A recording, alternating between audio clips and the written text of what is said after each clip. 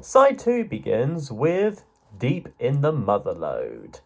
And boy, it starts off with quite a shebang, with Tony Banks and synthesizers and Phil Collins' percussions slamming right off the get-go. While mainly written by bassist Mike Rutherford, the song alone certainly demonstrates Tony's instruments growing more and more prominent, if not dominant, in Genesis's music from here on outward. For this track, Mike used a bottleneck slide guitar technique, which he didn't have much experience with at the time, but from what I hear, I think he manages to achieve it quite well in my opinion.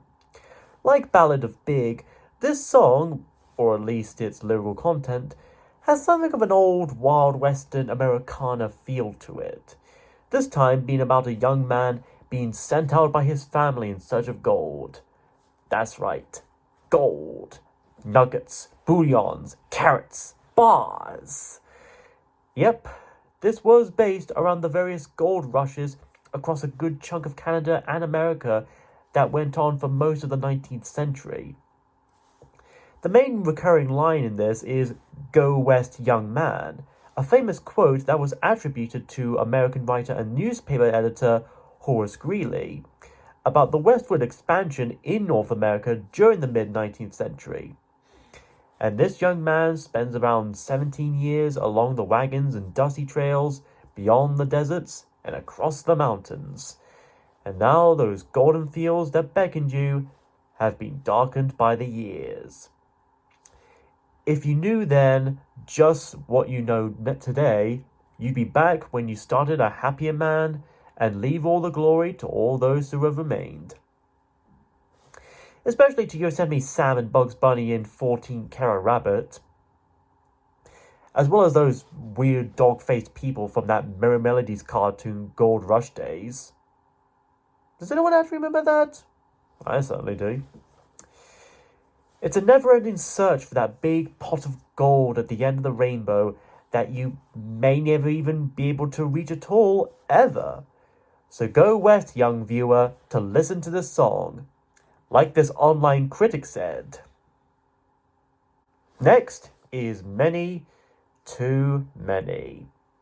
And this may be one of Genesis's more depressing songs, at least depending on how you get into it, especially with that bleak sounding piano among the other keyboards. In terms of lyrics, this could be seen as a love song of sorts. Many too many have stood here before Phil, and many more will stand here after Phil too. Likely to say that many people have gone through the same general amount of hardships and heartbreak that Phil would suffer through, and many more will go through the same as well. A little subtle yet clever stroke near the beginning is when the music chords rise a bit as Phil sings about being built up, then goes back down as Phil sings, "Then knocked me down again." Again, quite subtle, but still very clever, and it fits brilliantly. The part was fun, but now it's over. Why can't I leave the stage? Mostly because, Phil, you still have half an hour left to rehearse as the Artful Dodger for the Oliver play. Yeah, no joke. Back in the early 1960s, even before the Carol Reed movie, a young Phil Collins played Dodger in the famous musical. Other famous people who also played the part back then included Davy Jones of Monkees fame, actor Tony Robinson, who would play Baldrick in the Blackadder series, Steve Marriott of Small Faces and Humble Pie, Leonard Whiting, who would play Romeo in the 1968 film adaptation of Romeo and Juliet. The more you know. And knowing is half the battle. Maybe that's because you securely locked me up, then threw away the key. I mean, at least put the key in a drawer somewhere, somewhere safe and place you would remember. Otherwise, you'd most likely misplace and lose it by accident. Then in the chorus, the key turns somewhat brighter and almost uplifting as Phil calls to his mama, pleading for her to find the key and help him go free. Though, considering it was thrown away somewhere, I imagine she would have a pretty hard time looking for it. Poor Phil thought he was lucky, that he got it made. But how could he be so blind? As if he might have had a chance of love and life, or at least he believed so. But he was ignorant of the truth the whole time. In the second verse, you said goodbye on a corner, where I'm sure there's a lonely man waiting there every day now for something to show now. What he's waiting for? I don't know. You set me on a firmly laid and simple course, then removed the road. I mean, seriously, how did you manage to have enough strength to actually lift up all that tarmac so easily? Then after the second and only other chorus, we get a sweet yet melancholy guitar solo to go out on before it all fades to a close. It's honestly very beautiful and best represents the feeling of isolation and loneliness that the record seems to convey. Apparently at one point during the making of the song, the members considered utilizing actual orchestral instruments as part of the track, but never went ahead with that idea. This may also be one of their last songs, if not their very last song, to feature a mellotron, possibly one of their trademark instruments during the classic Gabriel era and even the brief four-member lineup period. And knowing that, the song does feel like a bittersweet farewell to the instrument and a swan song for said instrument. Then the mood shifts into something more positive with Scenes from a Night's Dream. The bright, proggy music does seem reminiscent of something out of A Trick of the Tail or Robbery, Assault and Battery. The lyrics here, primarily written by Phil Collins, are basically inspired by and based around the stories of Little Nemo in Slumberland, a very old series of comic strips by Winsor McCay, whom a lot of animation majors may know for creating Gertie the Dinosaur, that date as far back as the mid-1900s. And some of you keen film buffs out there may recognize or at least be familiar with the 1989 film adaptation of Little Nemo by Tokyo Movie Shinja, or TMS Entertainment for short. Or maybe that Netflix Slumberland film from last year that we kind of forgot existed, starring Jason Momoa and Kyle Chandler, and directed by the guy who did Constantine with Keanu Reeves, I Am Legend with Will Smith, Red Sparrow, and most of the Hunger Game films. So yeah, that was kind of a thing. Anyway, as you might imagine, the said lyrics pretty much reference a few certain characters aside from Nemo himself, such as Princess Camille and King Morpheus, as well as imagery like dragons breathing fire but friendly. So they must have Spyro, Elliot, Toothless, and Zim in Slumberland too, huh? Go figure. Mushrooms tall as houses. So Nemo actually ended up in the Mushroom Kingdom from some Super Mario Brothers. That or the Mushroom Planet from the Sonic movies. Eating all kinds of food so close to bedtime, they always made him have these nightmares, it seemed. That's right, kids. If you ever eat any foods or snacks before or during your bedtime, you will suffer night terrors, the likes of which you may never be able to comprehend. Help young Washington in the garden cut the cherry tree down. However, it turned out to be Agent Washington from Project Freelancer who was quite befuddled by this predicament. Nemo, get out of bed. Don't tell me stories I don't want to know. I mean, seriously, I'm getting tired of you talking about your fan fictions constantly, especially the ones involving some weird shipping. Okay, jokes aside, this is still a fun and upbeat Genesis track, and a good homage to the classic Little Nemo comics. And with a length of about 3.5 minutes, this is the shortest song on the album. After that is Say It's Alright Joe, a much slower and more mellow Torch song that's also written by Mike. A Torch song refers to usually a sentimental love song, usually about the singer grieving over either an unrequited love or even a breakup. And this track certainly fits that, being about a man who sits all alone in a pub or bar, well, almost alone since there's also the bartender there, whom Phil calls Joe. Now, same way with Pink Floyd's Not Now John, this may not actually be the bartender's name in question, just a common placeholder name or slang for someone or anyone, like Average Joe, Joe Bloggs, John Doe, John Smith, etc.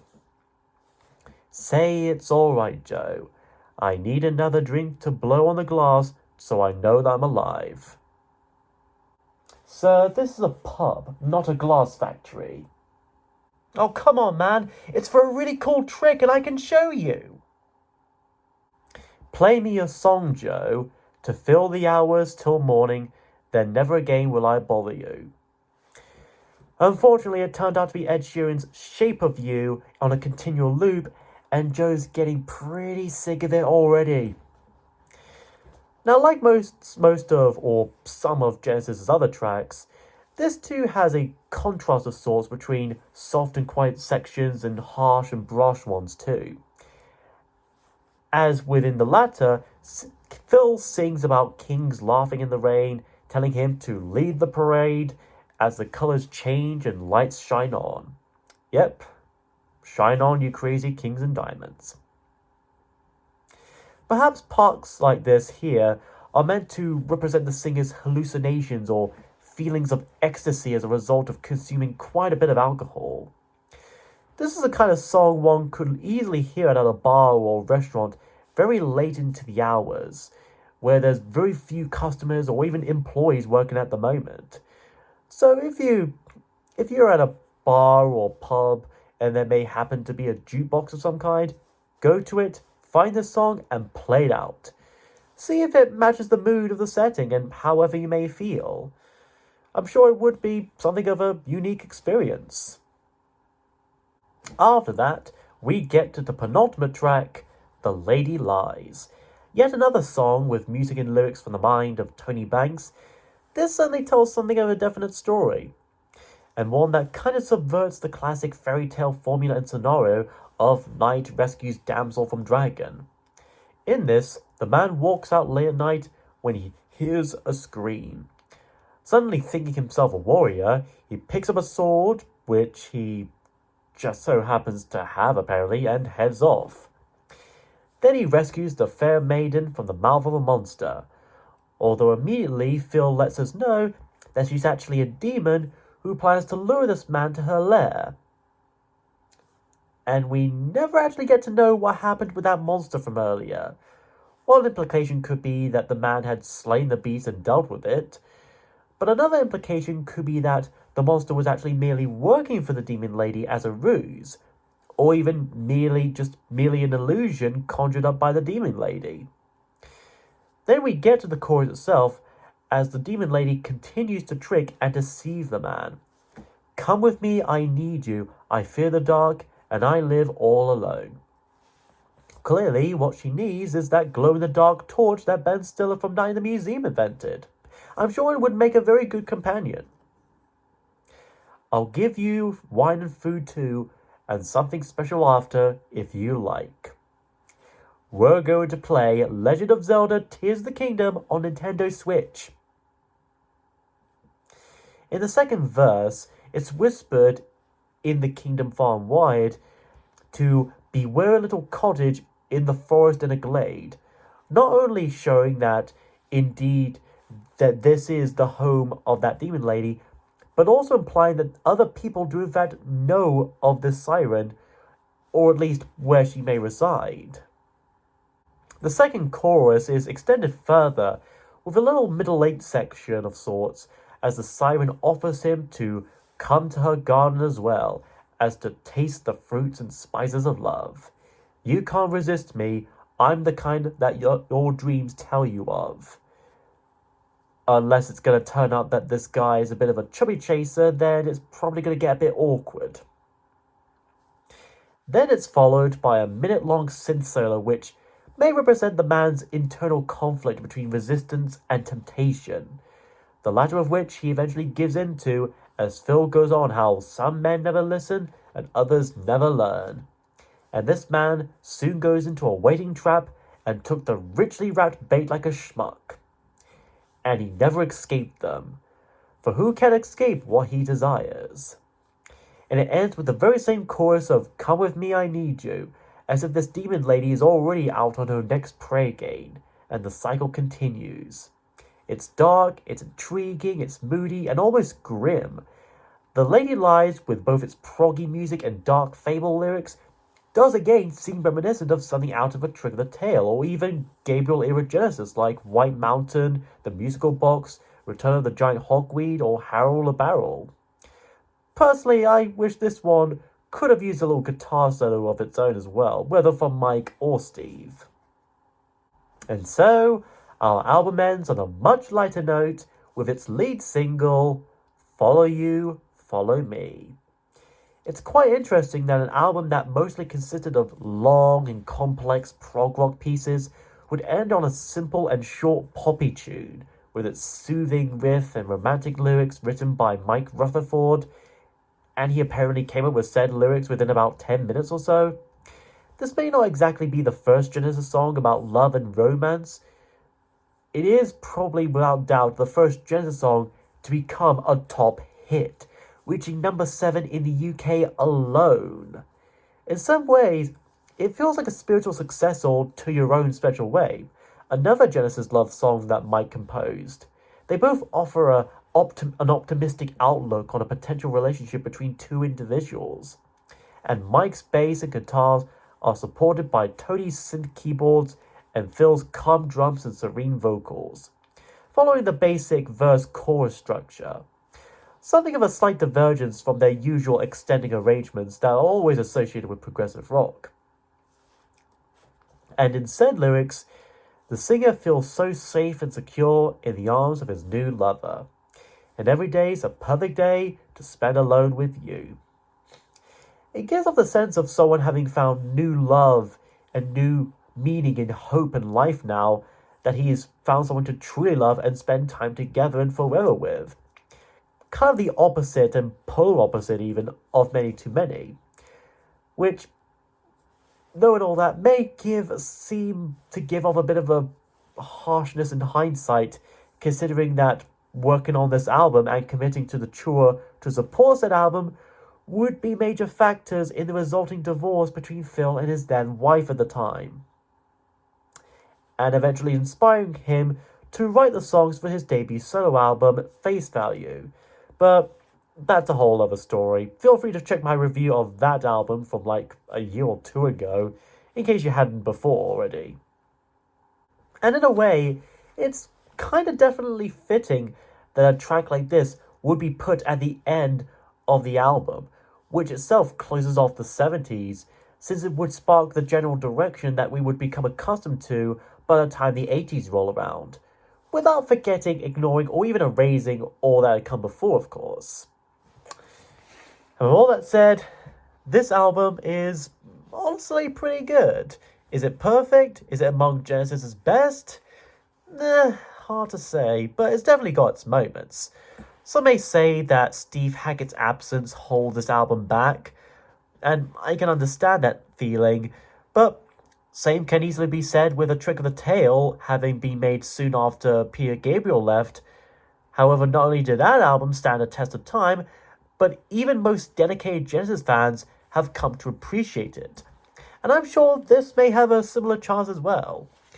In Steve's place, Mike almost does just as well in the lead guitarist role, at least in the instances of guitar solos sprinkled throughout. Tony Banks' keyboards and synthesizers, while mostly predominant to an extent, still offer a range of tones and moods for a lot of the music here. Dramatic songs like Down and Out and Burning Rope, dark tracks like Many Too Many and The Lady Lies, sad songs like Undertow and Say It's Alright Joe, and happy tracks like Scenes from a Night's Dream and Follow You, Follow Me. And as I said in the beginning, this album could be seen as the start of a transitional period for the band from their classic prog roots into a more accessible and commercial pop rock style, or at the very least, a balance of prog and pop. What with Duke and Abacab, the latter of which I also reviewed all the way back in 2021, in the middle of it, and eventually reaching its end by the time the 1983 Genesis Mama album came out, leading into Invisible Touch and We Can't Dance, both of which I also reviewed also all the way back in 2021. Now the Mama album, I do certainly hope to cover that one sometime later this year. But how about you folks and your views on this record? Do you think Genesis began their evolving from prog pop to pop rock with this album? Or do you think it started either earlier or later? And when do you think this transitioning ended exactly? And would you recommend this to any of your friends and families if you want them to get into the more popular sides of Genesis?